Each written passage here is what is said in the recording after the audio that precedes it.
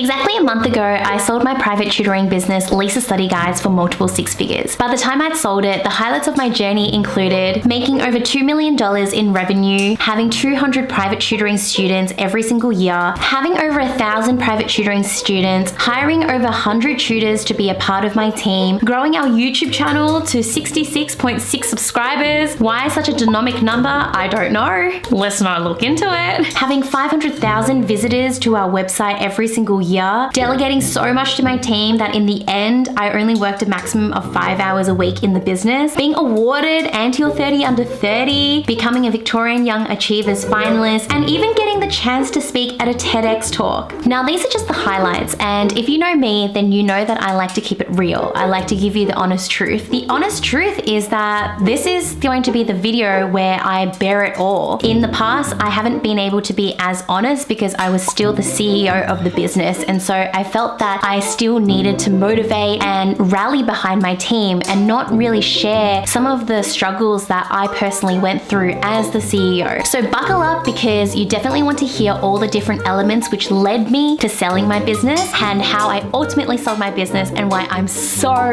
happy with the result. So think of this like a podcast, all right? Put myself on the background so you can have a listen.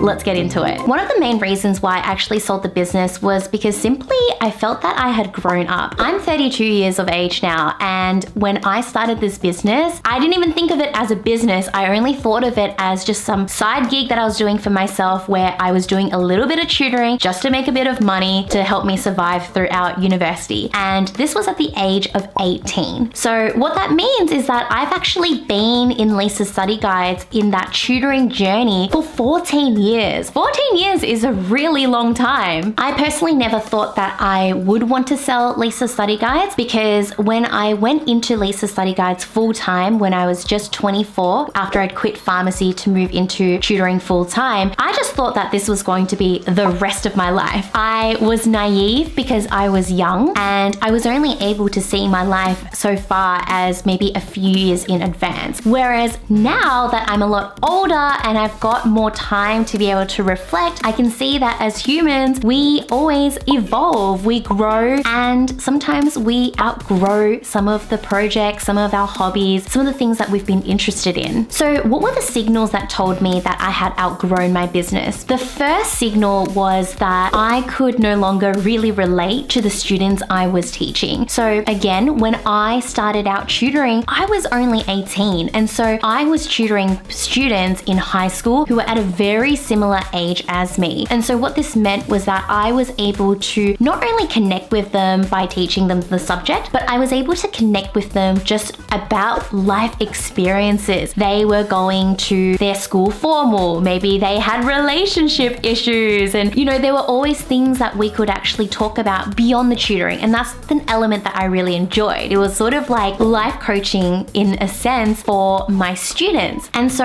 as I eventually got older, as I entered maybe my mid-20s, that's when things started to shift for me. I had gone through university by the time I was 24. I was working as a pharmacist, and so I was still tutoring students of the same age. They were still around 16 to 18 years old. But now I, on the other hand, was 24 years old. That meant that I was already in a different stage of life. I was working. I had different stresses. I had different challenges, whereas these students were going through very much the same thing. Their formals, relationship issues, maybe trying to figure out what they wanted to do in university, whereas the things I was dealing with were more so about, okay, what should I do with my job? Do I want to keep going with this job? Do I want to continue with my business instead and move into that? And so that was the first sign that I was outgrowing at least a portion of my business. Now, at this point in time, that was okay, because eventually I did stop tutoring because I had hired my tutors, because they were the ones doing tutoring. I knew that my tutors, who were in that age bracket of 18 to 20 years old, could look after the students and be able to relate to them. And so what that meant was that instead of tutoring the students, I was now in a way tutoring tutoring or coaching my tutors to be better tutors for those students. So as the manager, I was able to relate to my tutors because they were only a few years younger than me. They were going through more of a similar life transition as I had been, which is, what do I want to do for the rest of my life? What sort of career do I want to pursue? And so essentially I replaced my student connection with my tutor connection. And so that was okay for a few years, but then as I reached my 30s, I started to feel that separation once again. And so this was signal 2 that again, I was outgrowing my business in a new way. And by the time I was around 30, I was thinking about much different things. I was thinking about buying my first house to live in with my partner. I was thinking about, what do I want my 30s to look like? I was also going through an existential crisis of, okay, do I want to keep going with this business? Like, is this me? Is this aligned with my values? I'm starting to have conversations about starting a family and whether or not I want that. And so these type of conversations are quite different from the conversations I would be having with my tutors, who I absolutely adore and love, but those conversations are still more geared towards, all right, moving into your career and getting that life started. Once I started to feel that disconnection, not only from students, but also from tutors, that was a pretty good sign that it was time for me as the CEO to move on to something else where I could find that connection again with the people I work with. And so I'm sharing you this personal element of things because for me, at least, it's really important for me to have that connection. It's one of my values. I need to feel connection with the people I'm working with. Otherwise, I don't feel as fulfilled. And so I would really invite you to have a think about what your values are and what you absolutely need in a business, because what that might mean is that rather than hiring tutors, you might actually then go on to always continue to work with students or always continue to work with your clients if you're in a different type of business, which is basically what I'm doing now with Tutor Boss. I know that I need that connection,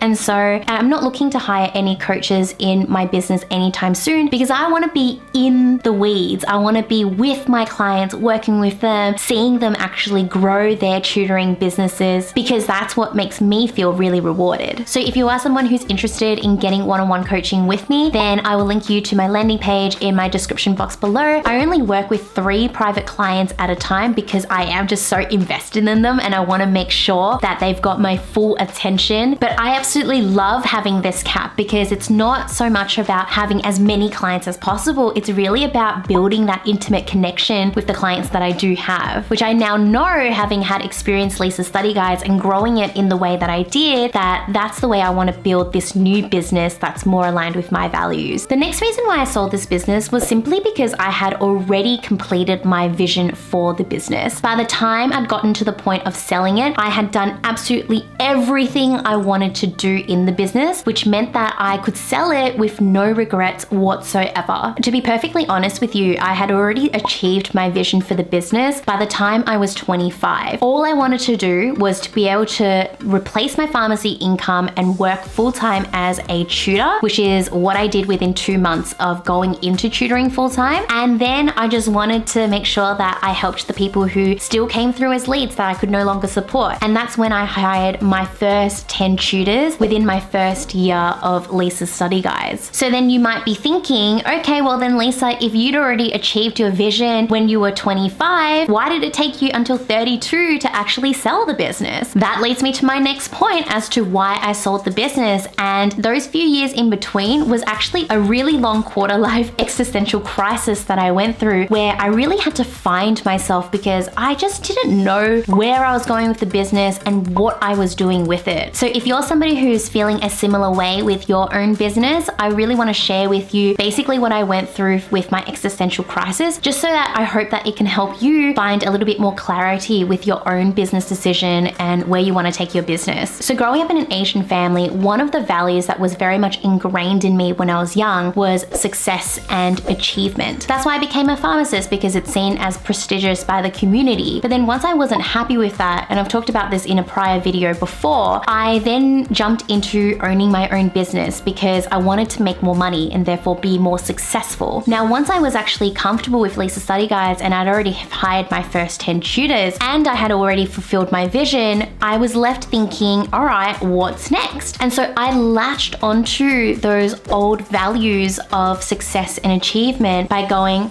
well, the next logical step is just to hire more tutors, make more money, grow the business. But the reason why this created a crisis for me, and I wasn't able to explain it at the time, was that I was just purely chasing growth for the sake of chasing growth. It was just about more is more, as opposed to really thinking about what is the type of impact I want to have, what are the things that are going to make me feel fulfilled. Because I was chasing this idea of success, I had grown my tutoring team to 50 tutors within 2 years. And so externally, I was the most successful I had ever been, but behind the scenes, I was the most empty and the most upset I had ever been throughout this entire journey as well. So this happened when I was around 26 to 27 years old, and things really took a dark turn with this existential crisis, and I just didn't understand why. And I was still seeking that external validation, that external idea of success and what success looked like for me at that time. And so I had my team of 50 tutors. I was getting awards. I was awarded the Until 30 Under 30. I was then given the opportunity to do a TEDx talk. So ironically, more and more success was happening for me, but more and more I felt dissatisfied with where I was at in my life. Now that I'm 32, I have now come out of the existential crisis. So it is good news. You know, we can reflect and we can learn and we've moved on. But basically, I realized that my values of success and achievement weren't actually values that I wanted to continue with, because they were not giving me that reward or satisfaction that I wanted in life. So I had to really work on myself to shed those old values of achievement and success and really build out my own new set of values that I wanted to align my life and business to. And so I've talked more about my values in a separate video, but the key learning here is that at the end of the day, I personally need to see the impact that I'm making in order to feel rewarded and fulfilled in my work. When I had hired those 50 tutors, that didn't happen because I was gradually reducing my tutoring hours in order to be a manager, in order to be a CEO. And so I was no longer seeing students' eyes light up when they got a concept that I taught. I was no longer making as many of those intimate connections with my customers. Now you might be asking, why couldn't you make these connections with your tutors? And the thing is, I could, but I didn't because I was so obsessed with just growing a business that didn't require me to work in it. And so in order for me to be a real CEO that only needed to work in the business X amount of hours per week or even not at all, I was heavily delegating. And so I think that is the pro and con about delegating. The pro is that yes, you get to, take that work off your shoulders, but the con is that unless you actually make the effort to make those connections, then they're not going to happen. Next is the juicy one that I know you all want to hear. How much did I sell the business for? Unfortunately, I can't tell you exactly how much I sold the business for, but I can tell you the story of how I ended up selling the business for double what was offered to me originally by my first offer. So my first ever offer came through at the beginning of 2021. This is the thing about selling your business. If you're interested in ever doing so, you gotta manifest this stuff because otherwise it ain't gonna happen. I at the time didn't know that I could even sell the business, and you're probably thinking, Lisa, that is so dumb. Everyone could sell their business. I didn't know I could sell the business, okay? But anyways, they actually came to me because they wanted to white label some of my study guides. White labeling means taking my study guides, removing my branding of Lisa Study Guides, and then putting up their brand and selling it as their brand study guide. And so we had a chat about that, and I let it slip at the time that I was actually looking to take a sabbatical. I was looking to discover myself a little bit more, figure out what I wanted to do with this business. And that's when they came to me and said, hey, if you're not that interested in building the business anymore or being that heavily involved in it, what if we buy it for you? And so I was like,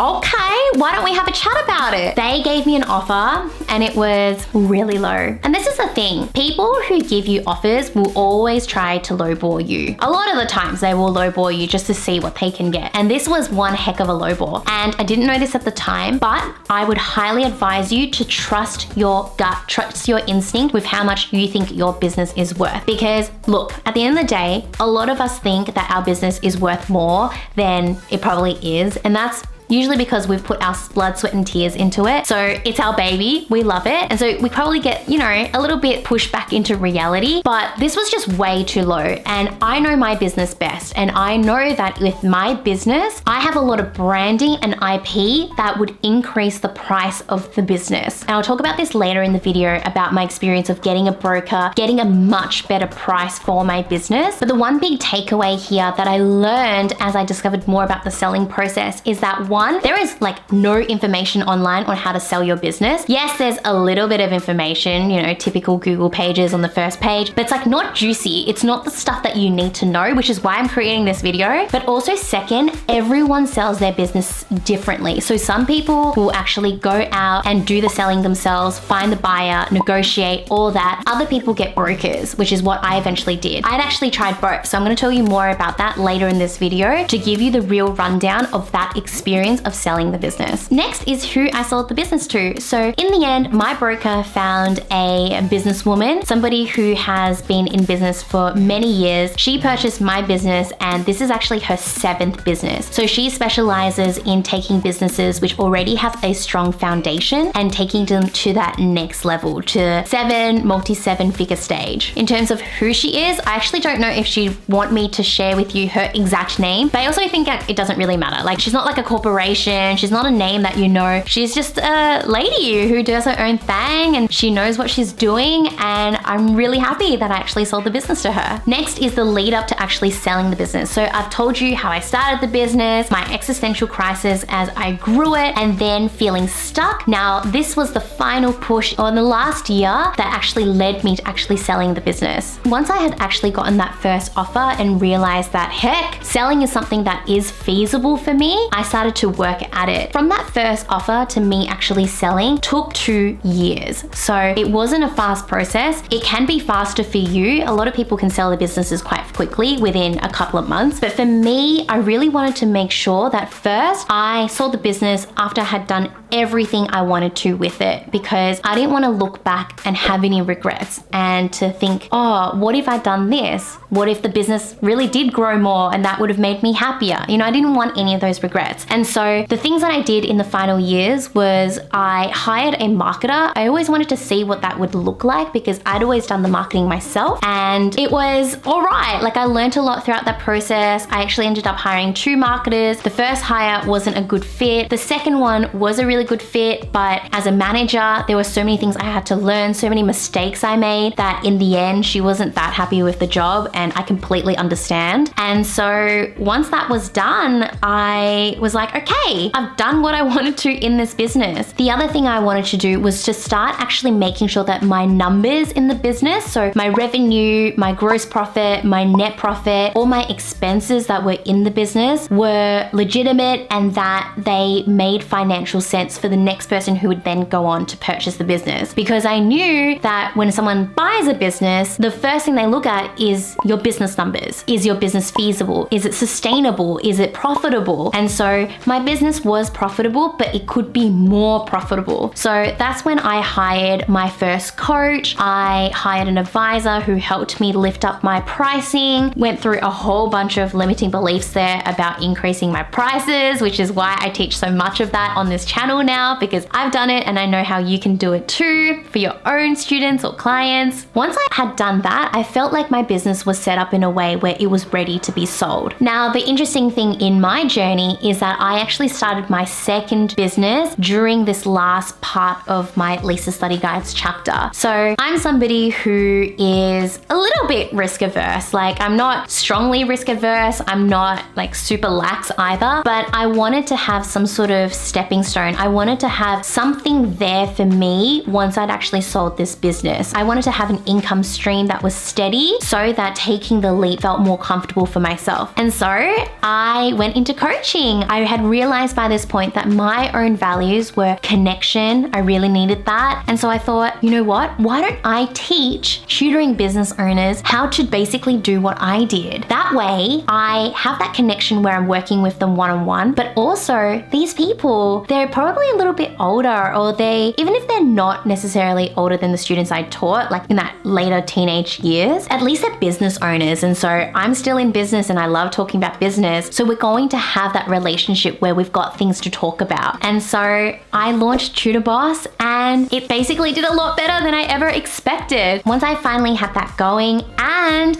I'd done everything I wanted to in the business, I knew it was time to sell. The other thing I'll add here is that I've also let go of that idea of success where I want to build a business to 7 figures and more, and like to have a startup and whatnot. Like, I don't really care, to be honest. I just want to have a lifestyle business. I'm sorry if that makes me somebody who isn't as, I don't know, like ambitious maybe, but I still do think that I am pretty ambitious. I just think that I'm a lot clearer now with where I want that ambition to go. And it's not just about chasing growth, because I now know that chasing growth is not the answer. And ironically, in Tutor Boss, literally like probably over the next week, I'm gonna hit 6 figures already. And that's just me working on this business 3 days a week for the past couple of years. And so I'm really happy. I'm way happier than I was with Lisa's study guides when I'd actually hit 6 figures. So go figure. It's all about your values and making your business aligned with what you want. Because at the end of the day, this is your business. You created this. Whereas I created essentially like a prison of my own making that I felt stuck in. Whereas now I feel really liberated. I feel good about myself. Next, let's talk about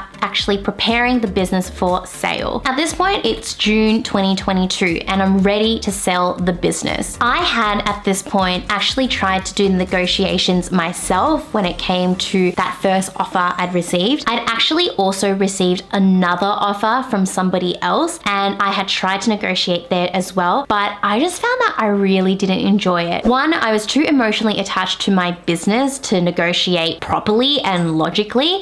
And two, I just didn't feel like I had the negotiation skills for something that was such a big deal, you know? And I also didn't want to actually develop those negotiation skills. I didn't feel like that was the best use of my time. And so what that eventually led me to realize is that I wanted to have a business broker, somebody who comes in as the middleman, who speaks on your behalf as the seller and negotiates with the buyer. This whole process was incredibly opaque as somebody who's going through it for the first time. So I'm actually going to create a video where I talk about this in even more detail next time. Basically, there are lots of business brokers out there and half of them are crap. I'm going to be honest. I'm going to spit truths here, okay? Like a lot of them, what they do is they will take your business numbers, they'll put it into a calculator, and then the calculator just spits out what your expected sale price is. In order for you to calculate your expected sales price for tutoring businesses, it's usually 3 times the net profit you've made over the past 2 years, the average net profit you made over the last 2 years. So let's just say if you've made $200,000 over the past 2 years, let's just say you've made $200,000 last year and then the year prior, the average of that is still 200. You multiply that by 3, you can sell your business for roughly $600,000. So that multiple of 3 was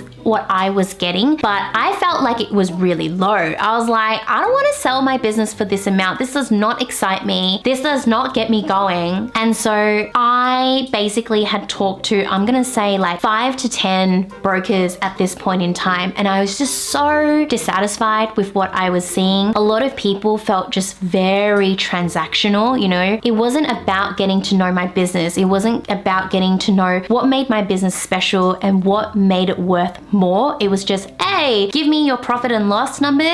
We'll chuck it into the calculator. Here you go. Do you want to work with us or not? And so I really dug around for my broker, who I'm ultimately so happy that I eventually found, but it's just like I was crawling through the forest, like looking through the weeds, trying to find her because it was so hard. You know, if you want her number, just message me on Instagram, shoot me an email. Happy to refer you. And so I finally found her in September. So throughout July, August, I was trying to find a broker, and I finally found my broker in September, and I knew she was the one because she just was interested in my business. She sat down with me for an hour, really got to know my business, finally was the first person that understood. This girl has a lot of IP. She has over 30 study guides as part of her brand. She has a huge social media following that is worth something. And so as a result, the price that she projected for me was double, more than double, what I had originally been offered by my first offer. When I had that double, I was way happier with the result. And so I thought, yeah, let's go ahead with this. Now, while this was all happening, I was still making sure that my business was in tip-top shape in order to actually sell it. So I, by this point in time, had systemized as many things in the business I could. I created a lot of documentation to actually be able to pass on the business smoothly to the new business owner. Because that's attractive, right? Like when you've got documentation that's all there ready to go. It's just like they can slip right in and just take the reins and get going. And so I also minimized my working hours in the business too, to the point where I was working less than 5 hours a week in the business. And the only things I was doing were reconciliation of the finances, so just making sure everything's in order, and doing a little bit of marketing. Remember, I had actually lost my marketers, so I was still doing that myself. So then we actually go into the process of selling the businesses, which is what happened over from September through to January. So it took a few months, and it was the most stressful thing I have ever gone through.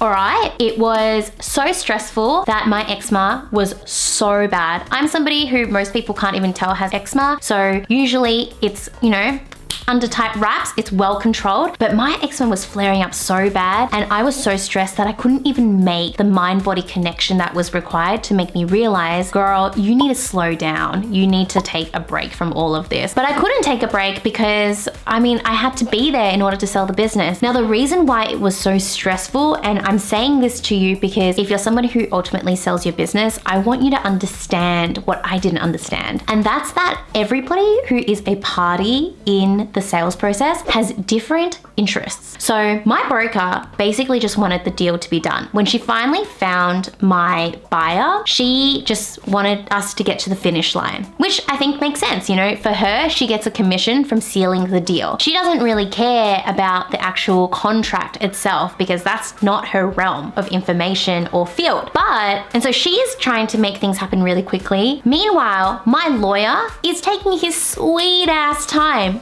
which at this point I also understand because it's in his interest to make sure that the contract makes sense, that everything's been covered, that I've got my back covered, so that in the future I don't actually go back to him. I'm like, hey man, like what's going on? Why wasn't this included? And so because one person was pushing us to a finish line, the other person was kind of like a snail, kind of like a tortoise and snail, it created a lot of tension, and I felt like I was that middleman getting a bit of both. I didn't understand at the time, but I was like, okay, we need to rush, we need to hurry up, otherwise I'm gonna lose this buyer. On one hand, it was like, no, we need to slow down, we need to slow down. So I was just trying to manage that, and it really just took its toll on me. And I know that when I say that now, it sounds so obvious, right? But because it was my first time and I didn't know, and it's a lot of money on the table as well, and you're emotionally attached to it too. Like this is a big deal. I was letting go of my first business, my first baby ever, and so I wanted it to go well, and I didn't want to lose the deal accidentally just because we were being too slow. But little did I know that it wouldn't have been the case. The buyer was happy to wait, and this is the thing too, like I wasn't actually communicating with the buyer because they don't usually recommend that. So you also don't know, like on the other end, if they are really that interested where they want to wait around, or if they're just like, if you don't hurry up,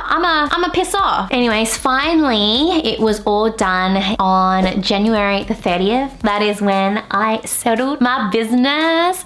And settlement was actually so underwhelming. So it was just 11 a.m. on a Tuesday morning, and all that had happened was that the contract got sent through, and then a receipt of the money had been sent through to show that the sum had been paid, essentially. And I was just sitting right here at my desk. I saw the email. I look around. No one's around me. Josh is in the opposite room and he's just working. It's deadly quiet. Everyone's at work. Nothing's happening. And I run over to Josh's room to share the news. And when I go over to him, I just break down in tears. I am crying, and it is because of months and months worth of stress, of waiting, of the whole process getting stretched out, and just constantly waiting and being in that loop of when is this going to be done. Finally, it was all shed and I could just loosen up and let go, and it felt so good, but also so anticlimactic. You know, it's not like someone rings a bell and they're like, yeah, well done, huge celebration. It's not like you get a phone call to say that it's done, but you know, at the end of the day, it's just still a phone call. So the other part of it was I knew that stress was still loosening up and letting go, because I actually found time to go to yoga that night, which I had not done for like months prior, because I was just so stressed and so involved in the sale process. And so when I was doing Tadasana, which is basically where you stand with your hands next to your body, I started crying. So I was like just tearing up. I was that girl next to the other people who's like bawling for no reason whatsoever. Probably thought I was just so crazy. But yeah, that happened. It felt good. I have no regrets. And next is what I did after the sale of the business. So I think the interesting thing is that although it's such a big thing that's happened in my life, not much has changed. And I think that's like the ironic thing about when big things happen. Like a lot of life just kind of continues on. And that's kind of what happened for me. And probably that's the case because I started my second business, Tutor Boss. And so that was still going, you know, I was still working in it. So it's not like I've taken any time off quite yet. I will be going to Europe in the middle of the year for 6 weeks, which I'm really excited about, and that's when I will really switch off. So I am keen for that. But I think what I really liked about selling the business was the milestones that happened afterwards that gave me closure. So it's not like on the morning of selling the business that it all happened, yay, we sealed the deal, and then like I become a new person. I felt that certain events happened. Those events continued to give me closure. And something really interesting and unexpected has happened as I've gained closure over the past month, which I'd really love to share with you. I started off with having a party with my friends, and that was a big party where a lot of my friends came, and I was just so keen to celebrate with them because it was the one thing I wanted to do, to just throw a big party with an unlimited tab and just to have fun with the people I love most. So I did that, and that was kind of like a tick off my bucket list of the things I wanted to do. The next thing I did was I actually created a goodbye to all of my tutors and my YouTube channel over on Lisa's Study Guide. So this was also another big tip of, okay, you've sold the business, now it's ready to move on. And it provided that closure because as I created that email to send to my tutors, as I created the video for my YouTube channel, I did feel like I was saying goodbye, and that it was a nice like farewell and a great parting of ways rather than just the, oh, she disappeared, you know? Beyond that, I also said goodbye to my tutors at my last farewell party, and I just felt so much love and appreciation from my tutors because so many of them turned up. Some of them had never turned up to a tutor event before, but this was the one event that they turned up, which just made me feel so appreciated. And it was also a reunion, so a lot of my tutors who had been with me in the early years, who had then graduated, moved on into their careers, left Lisa's Study Guides, actually came back for the farewell party, which again just made me feel so loved. And the reason why this was unexpected and such a big deal for me was that, and you may feel this if you're a business owner too, when you're a business owner, a lot of the times as you gradually become more and more into that role of CEO, where you become the manager, where you become the manager's manager, where you become the CEO, you start to only really get involved in the business when shit happens. So when something needs escalation and your people don't know what to do, they'll come to you. So often you're managing complaints, you're dealing with problems. You're not necessarily seeing a lot of the good that's happening in the roots, right? In the grassroots of the business, where your tutors are working with their students, or where if you sell a product where people are like using that and maybe like their skin clears up. I've talked about this on the channel before too, where I really hated my business for a point in time, and that's because I lost that connection. But it's also because I felt like all I was doing was just putting out fires like every other day, and that's just not fulfilling for me. And so I just think that it's so ironic that it's only when I sell the business that I finally felt that love and appreciation and overwhelming positivity from my team of just gratefulness for me, you know, like I'm so grateful for that in turn, because it kind of really cemented for me that I did do something good with this business. I did have an impact, and I did leave an impact in people's lives, and that purely just for being me, that's absolutely okay. Although I look back on all the years and I can see how hard some things were, how bad I felt when I increased my prices, how bad I felt when we had a customer complaint, how bad I felt when we got 1-star reviews. Like ultimately on the other side of that was still so much positivity and still so much love. And again, I just think it's really ironic that I finally feel this now once I've actually been able to let go of the business. And maybe it's that, you know, I could only feel that now that I've actually let go, now that I'm no longer burdened with all of those struggles and challenges that you have to deal with as a CEO. But I think moving into my next business, I know that these two exist in contrast with one another, and it's just important for me to actually try to continue to tap into that positivity and to remember that I am making an impact and it is positive, even if there are challenges and complaints and struggles that are happening over here. The one big thing that I learned just from the sale of this business, now that I've had time to reflect on it, and on a more personal note, I actually went to my therapist a couple of weeks after I had sold the business, and I had talked to him about this, and I said, why did I feel so much love but only in the final moments? And I think what we've realized is that on a personal level, I'm now shedding a lot of that old value that I had of success, of achievement, but also of just being really driven, really motivated, really logical, doing what I needed to do in order to grow the business to the point that I did. But they're not necessarily listening to this other side of me, the side of me that just wants to enjoy, have fun, build connections. If you're someone who's like me, look, if you're Asian or if you're ethnic, I think that this is something that is just a message I want to share with the world, because I feel like I know quite a number of people who are also going through this shedding of that external shell and finding their true selves and their true values. Yes, if you've come all the way until the end of this video, thank you so much for watching. I love you so much for sticking around. I would love for you to comment a cheeky word that no one would know unless they'd be watching at the end of this video. I'd love for you to comment new chapter in the comments, just so that I know you've watched all the way to the end and that you found this video valuable. It is definitely an extra long video, and I just wanted to experiment really to see whether or not people would stick around for a longer video. I'd really appreciate it if you did leave a comment for me, and also just let me know your thoughts as well on this video.